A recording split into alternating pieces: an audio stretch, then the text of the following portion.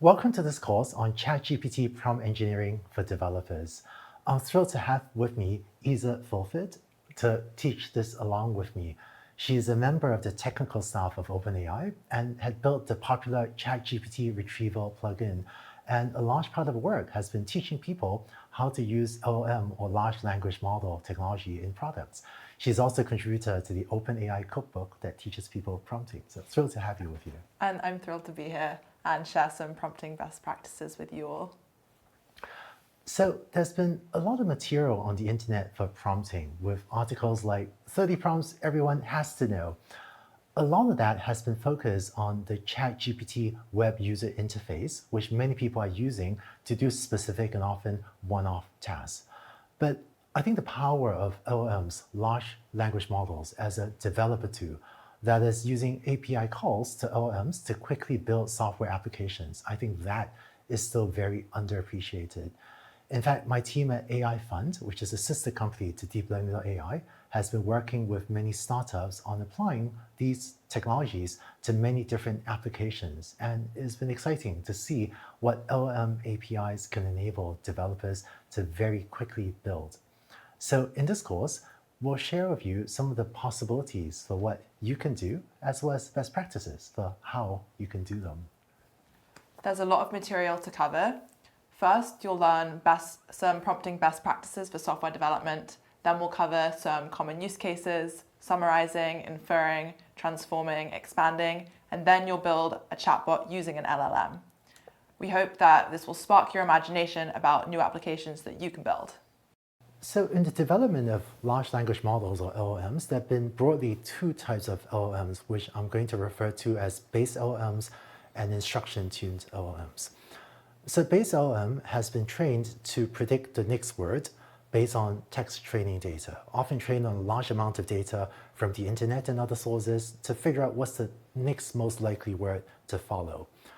So for example, if you were to prompt this, once upon a time there was a unicorn, it may complete this, that is, it may predict the next several words are that live in a magical forest with all unicorn friends. But if you were to prompt us with what is the capital of France, then based on what articles on the internet might have, it's quite possible that the base LLM will complete this with what is France's largest city, what is France's population, and so on, because articles on the internet could quite plausibly be lists of quiz questions about the country of France. In contrast, an instruction-tuned LLM, which is where a lot of the momentum of LLM research and practice has been going, an instruction-tuned LLM has been trained to follow instructions. So if you were to ask it, what is the capital of France, it's much more likely to output something like the capital of France is Paris.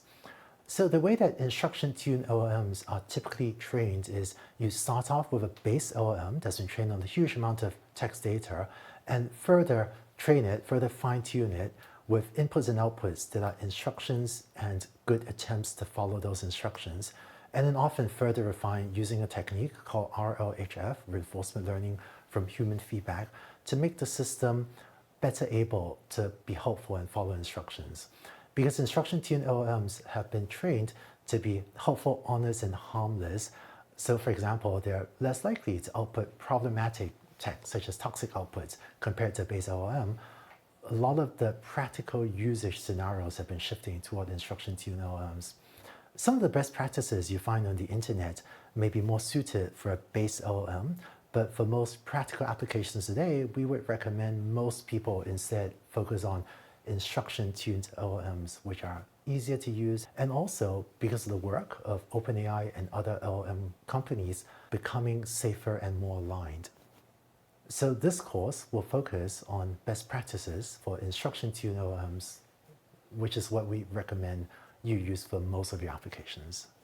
Before moving on, I just want to acknowledge the team from OpenAI and Deep Learning AI that had contributed to the materials that Isa and I will be presenting. I'm very grateful to Andrew Main, Joe Palermo, Boris Power, Ted Sanders, and Lillian Wang from OpenAI that were very involved with us brainstorming materials, vetting the materials to put together the curriculum for this short course. And I'm also grateful on the deep learning side for the work of Jeff Lodwick, Eddie Xu, and Tommy Nelson. So when you use an instruction-tuned LLM, think of giving instructions to another person. Say someone that's smart but doesn't know the specifics of your task.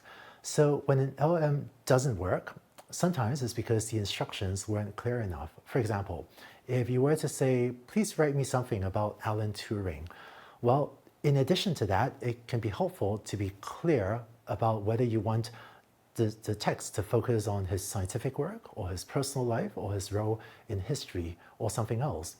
And if you specify what you want the tone of the text to be, should it take on the tone like a professional journalist would write? Or is it more of a casual note that you dash off to a friend? That helps the LM generate what you want.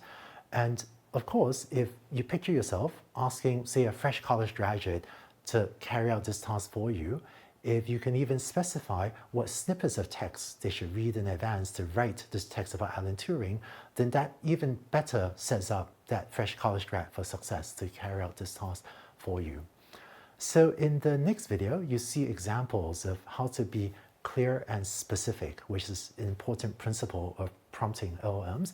And you also learn from either a second principle of prompting, that is giving the LLM time to think.